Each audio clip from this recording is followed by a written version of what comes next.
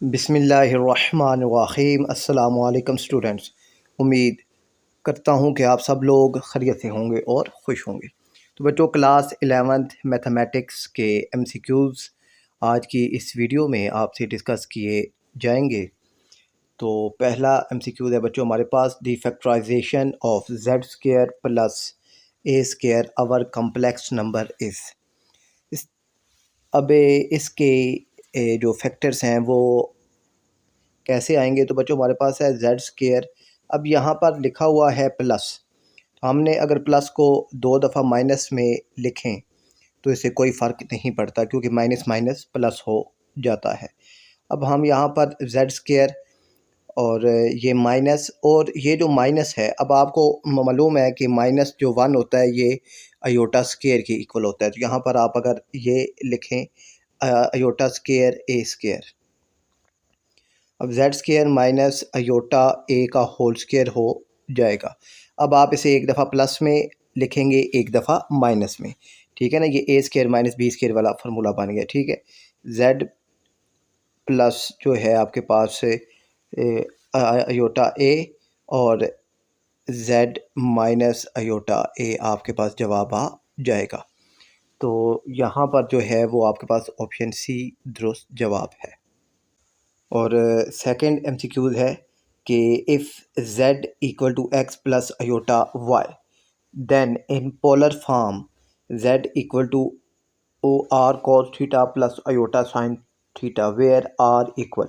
तो polar form में बच्चों जो r होता है ये x square plus y square और इसका होल अंडर रूट से हमारे पास आता है। तो यहाँ पर भी सी ऑप्शन आपके पास दुरुस्त होगा। थर्ड है, which of the following is not an elementary row operation. कौन सा एलिमेंट्री रो ऑपरेशन नहीं है, वो होता है raising a row to a power. D option आपके पास दुरुस्त है। फोर्थ है, the system x plus y plus z equal to 2, x plus y plus z equal to 3 और x plus y plus z equal to 4 है।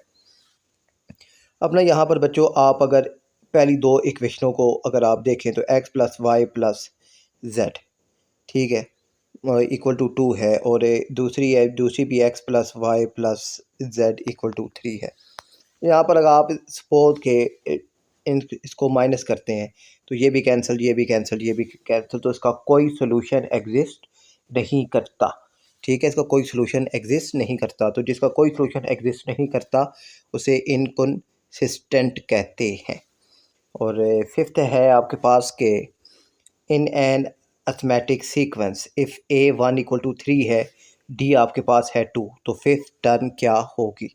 तो fifth जो है आपने अगर टर्म मालूम करनी है तो वो आएगा जी A1 प्लस 4D।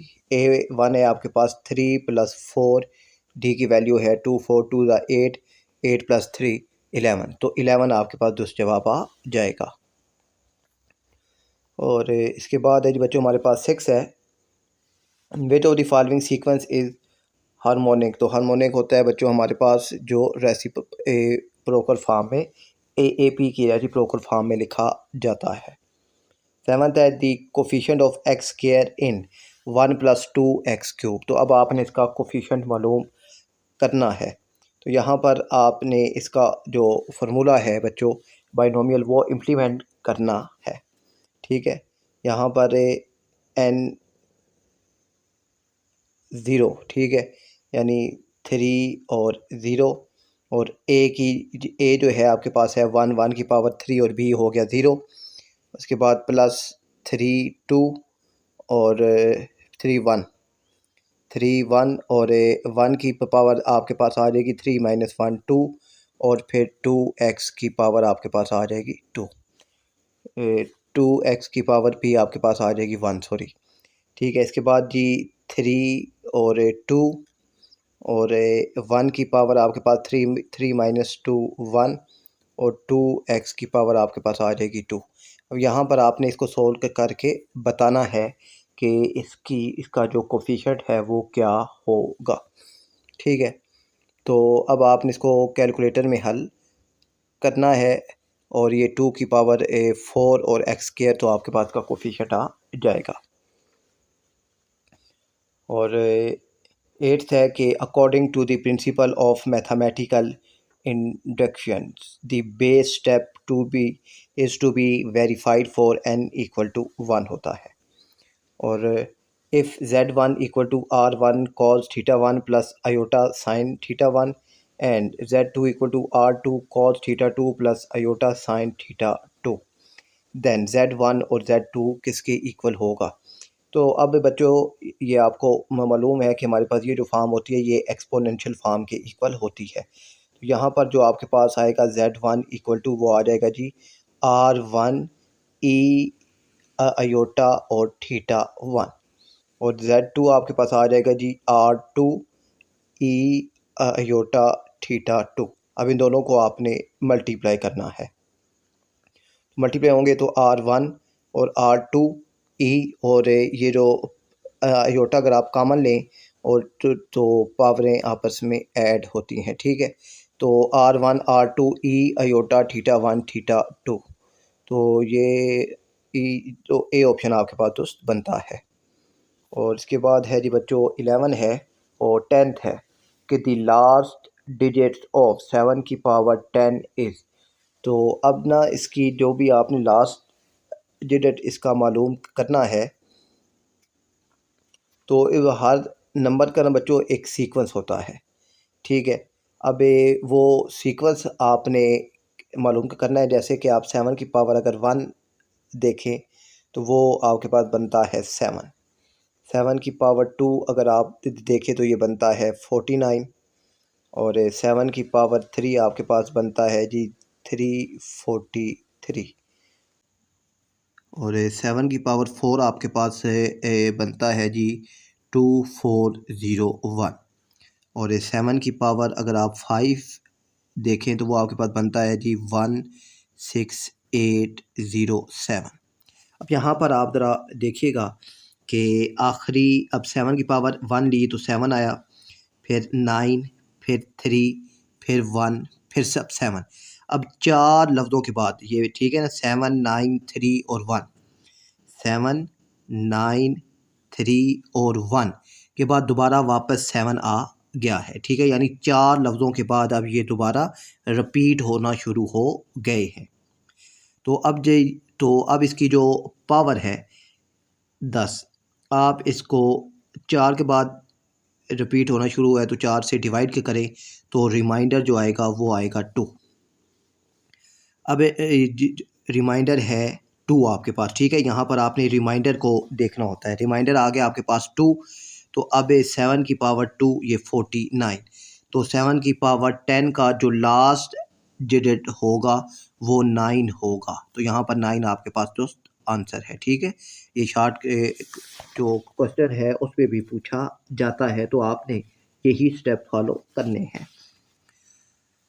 और फिर 11th है कि remainder of x cube minus 2 when divided by x minus 1।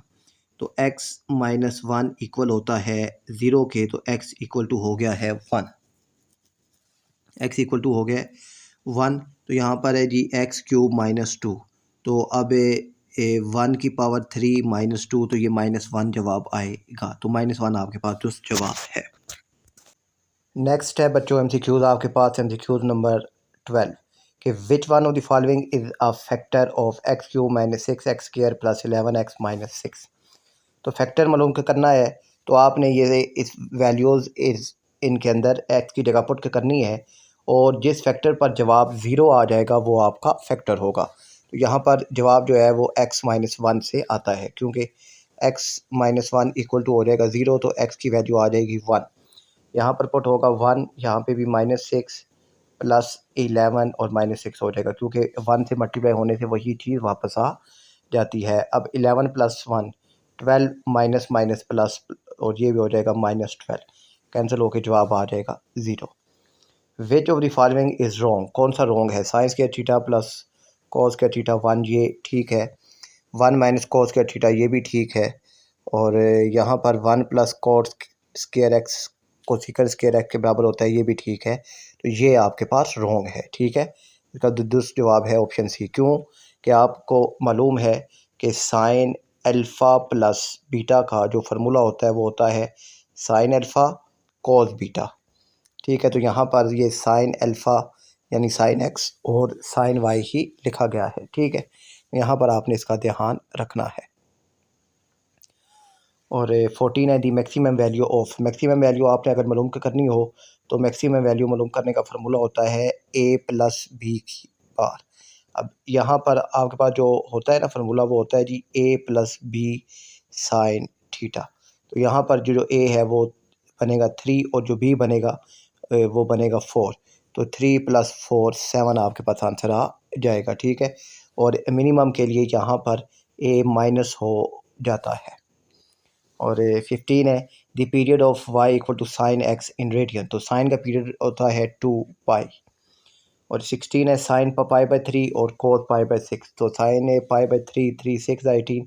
तो यानी कि साइन ए 60 और कोस जो है ए 6 3 80 तो 30। साइन 60 होता है √3/2 और कोस 30 भी होता है हमारे पास √3/2।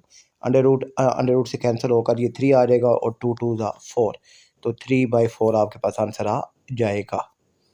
और इसके बाद है जी बच्चों 17 है आपके पास के for what value of x vector and r यानी एक्स की वैल्यू मालूम करनी है। तो एक वेक्टर ये है, एक वेक्टर ये है और ये ऑर्थोगोनल है यानी कि परपेंडिकुलर है। और परपेंडिकुलर का मतलब ये होता है कि दोनों का डॉट 0 के इक्वल है। और डॉट कैसे मालूम होता है कि आई को आई के साथ मल्टीप्लाई करते हैं। 2x के साथ मल्टीप्लाई होगा तो ये आ जाएगा जी 2x। और ये माइनस जे इस 2 के साथ मल्टीप्लाई होगा तो ये आ जाएगा -2। और ये 3 -2 से मल्टीप्लाई होगा तो क्योंकि के से मल्टीप्लाई होता है तो ये 3 2 6 तो -6 आ जाएगा इक्वल टू 0। -6 -2 तो ये दूसरी तरफ आकर +8 हो जाएगा, 2 डिवाइड होगा तो 4 आपके पास आंसर आ जाएगा। तो 4 ये ऑप्शन डी में है। 18 है a constant force act on an object is perpendicular है to the displacement work done. तो वर्क का फॉर्मूला होता है बच्चों F.D cos थीटा।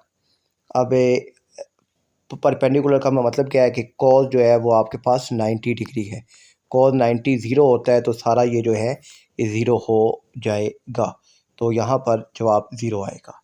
19 है if there is an option for 3 shirts and 4 trousers then number of outfit. तो number of outfit मालूम करने के लिए आपने इन दोनों को मल्टीप्लाई करना है। 4 3 12 आपके पास आंसर आएगा। 20 है number of permutation of 5 distinct object taken 3। तो 5p3 ये आपने कैलकुलेटर से मालूम करना है तो आपके पास जवाब आ जाएगा 60। ठीक है, 5p3 का मतलब होता है कि 5 फैक्टोरियल डिवाइडेड 5 - 3 का फैक्टोरियल। ठीक है, 5 - 3 ये आपके पास आ जाएगा जी नीचे 2 का फैक्टोरियल, ऊपर आएगा 5 × 4 × 3 × 2 का फैक्टोरियल। 2 का फैक्टोरियल मल्टीप्लाई होगा 5 4 20 और 23 60 आपके पास आंसर आ जाएगा। मुझे उम्मीद है ये MCQ आपको समझ आ गए होंगे। अपना ख्याल रखिएगा। अल्लाह हाफ़िज़।